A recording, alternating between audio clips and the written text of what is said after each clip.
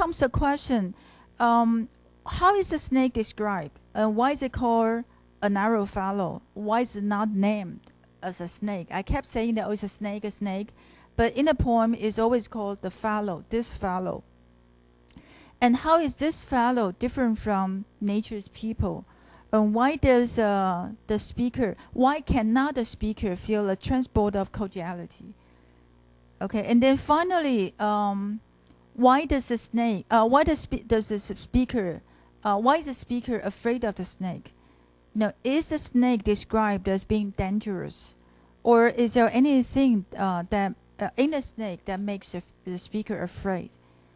Okay, and here with the third question, I'm kind of asking you to move beyond how should I put it, literal descriptions of the snake. You know, for Emily Dickinson to describe this snake, you know, I think she's very skillful in describing the movement of the snake, which is one element, one level of the reading. But then I think that there is something metaphoric here, something symbolic. So basically, we need to find out the symbolic meanings of the snake, too. Okay, and of course, if you can find the connections between the poetic lines, the poetic sound, and the meanings of the poem, that will be even better. Okay, so these are the questions. Group 3. How about Patricia first? 3 questions. Description of the snake. Why is it different from nature's people? And then the third, the symbolic meanings. The first one, the description will be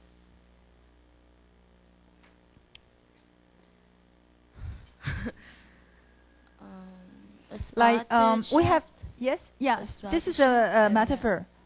A spotted shaft, a shaft which has spots on it. Yes, and boggy acre. Mm-hmm. Yeah. So, following up. Also, A whiplash. a whiplash, a whip, a whiplash. A whiplash. Yeah. Yes, and then I think that's it. Yeah, what do they imply? Like, why is it called a spotted shaft? I thought it's just describing it. Like a snake that moves quite fast. Uh-huh. And then you see it, but it's gone later Okay. on. Yeah, yeah, that's one element. True. And this is to describe it as a spotted shaft. So the snake moves almost like a shaft. Okay, although it's a shaft in the grass. Okay, but not a shaft in the air. So that's one thing different. Okay, so that's also why his notice means your notice of him is sudden. Okay, and how about the line here? Does the line or the way the pauses are placed convey the meanings of the swiftness?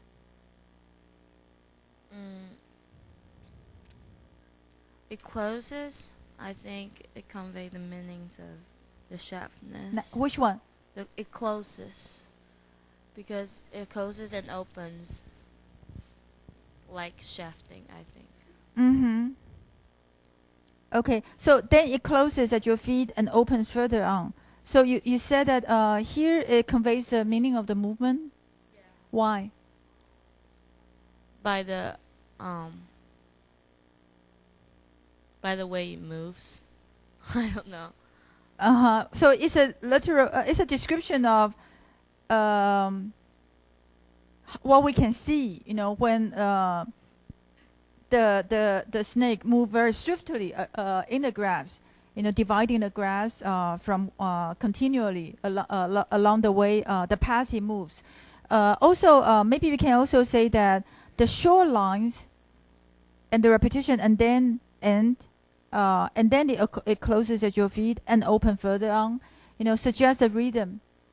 That it is something continuous, something very fast, and something continuous. Yeah. Yes. Okay. Ivana, is Ivana here? Okay. How about the development from the narrow fallow riding the grass to a spotted shaft to a whiplash? What do you think about the development? What kind of implication about maybe the snake's connection to the speaker? When it is first described as a fallow and then a spotted shaft, someone which likes a bogeyed acre, and then finally a whiplash.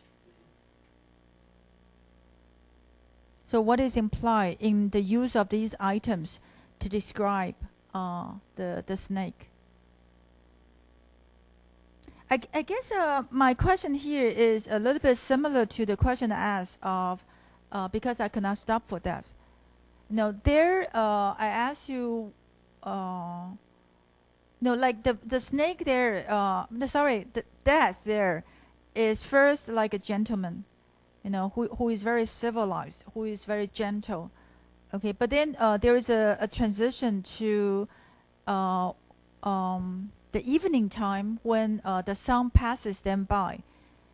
And then all of a sudden we get to see that the journey is not that pleasant. And here, I think there is a similar development from something just physical, something literal, to something more symbolic about the snake. So that's what I'm trying to get. Do you see any symbolic meanings out of the snake? The snake is becoming harsher. What? And the snake is becoming harsher. Harsher, or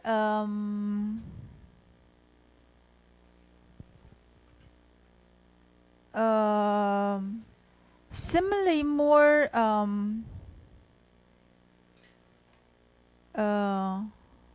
brutal or more dangerous, right, than the way it was described at first. So at the beginning, it's a fallow that rides the grass. So it's to say that the snake rides the grass. It is not crawling on the earth, in the grass. It's riding the grass. So it shows how smooth the movement is. It doesn't seem to take any efforts. It's like the grass itself becomes a vehicle, 像是车子一样，让那个 snake 在搭乘在上面。So here the snake is overriding, is having a journey very smoothly. Okay, and then a spotted shaft. It could be something neutral, although shaft can be used to hurt anyone. But the spotted shaft here just divides the grass.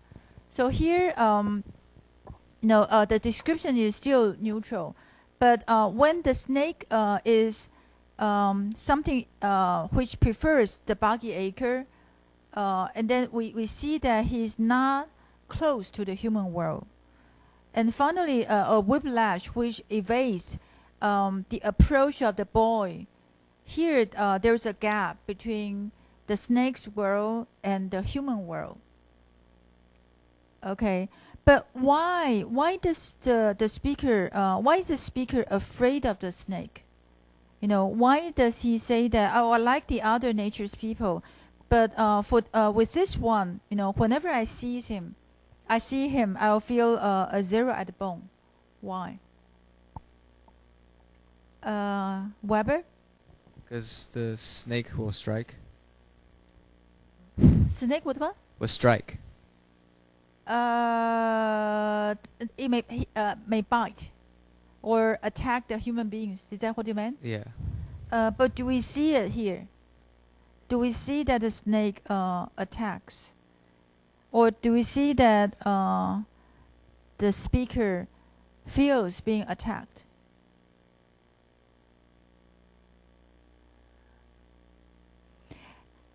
This is where I think we need to think further. If we just see this as a literal description of the snake, and then we use our common sense to interpret the poem, then we'll say that, oh, of course, this is a good description of the movement, and then the speaker is afraid of the snake because the snake is poisonous, and then the snake can bite us.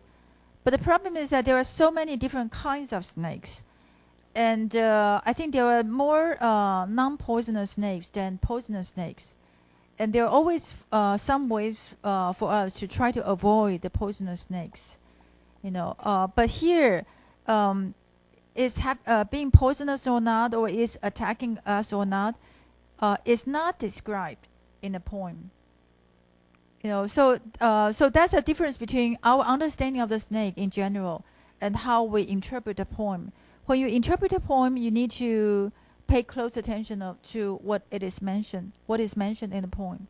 You need to find clues from the poem. Yeah. So what makes the speaker afraid of the snake, according to the poem itself, but not according to your common sense? When I said strike, I said it because of the image of the whip. Oh. A whiplash. You kind of have the feeling of a whip. When a person is whipping another person, the whip kind of, Okay. So that's like an image of a snake trying to strike somebody. So so that's where I got my. Okay, but I would argue against you and say that here the boy is not afraid, right? The boy wants to secure it. The boy wants to get the whiplash to use, and then the snake evades it. Yeah. Right, it evades the grasp. But then I think at the last paragraph, I think the boy has a sense of precaution. If he continues to aggravate snake's anger, snake might fight back. So it is better to leave it alone. So. Okay, wait. But I think that you can keep your interpretation, but I think you need to give me more evidence than just say that, oh, there's a whiplash here. Because the whiplash here is not really presented as being harmful. This is like the shaft. The shaft is, I think, a neutral image. Without the implication of its harm, the harm it may do to human bodies. For me, I think that the snake is scary because it's evasive. It's elusive and evasive. When the boy tries to, or the speaker tries to get it, it wrinkled and it was gone. It's hard to touch. It's completely removed from the human world. It can be visible, but then it's so distant from the human world. And that's why the speaker is afraid of the snake, but not really the fact that the snake is harmful or poisonous or something like that. Okay, so this is something you need to interpret. Okay, what it means here and what zero at the bone means. Okay, and of course, if we say that the speaker is just afraid of any natural beings, then that's also not right, because the speaker here makes it very clear that he is close to nature, he or she is close to nature, and then he can be friendly with a lot of other natural beings. And it's just a snake that he is afraid of. So why? I think you need to get make your interpretation and get your evidence from the description of the movement, the comparison, the use of the metaphor shaft, the image of the boggy acre, and then the whiplash. These are the major clues you need to use to find your answer. Okay? And to support Weber, maybe you can even say that starting with the word riding, this snake is already something which is overpowering the other natural beings. It can do things to the grass. It can become like a shaft attacking people, and then it's even more powerful when it's described as a whiplash, etc. Okay, but you need to be consistent with your interpretation and give enough evidence. Okay. Yes. So these are my interpretation. Basically, when we look at the poems about nature, one thing we need to consider, the question we can ask of all the poems, is that whether the poems are or the views are anthropocentric.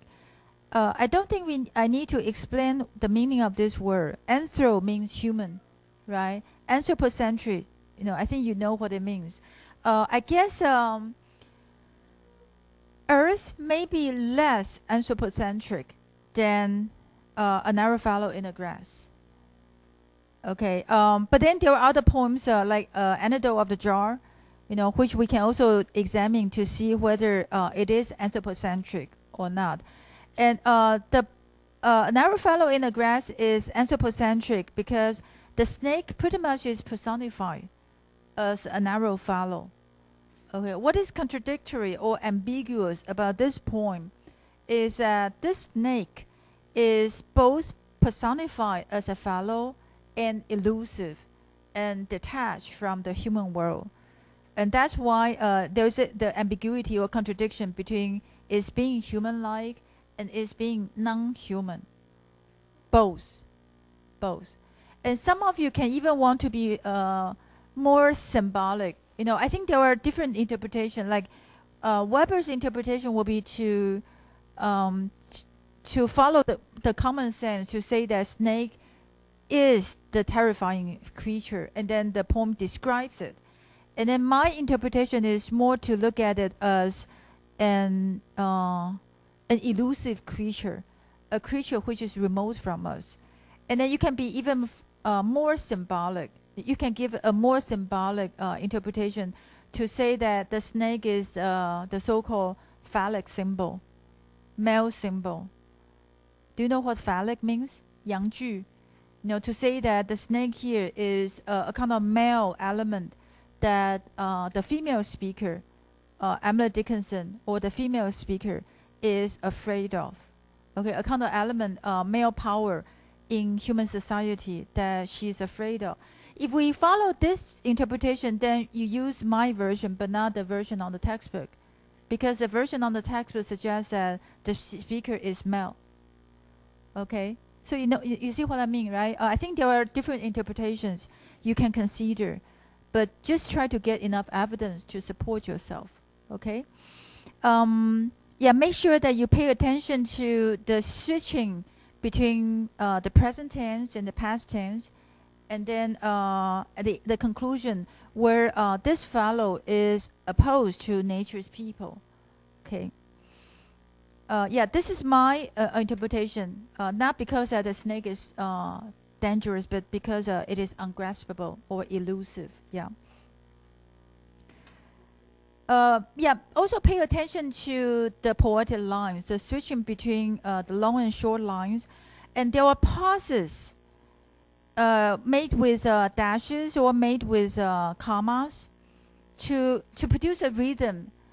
I don't know how to describe it. I think that the snake moves in a kind of, how should I say it?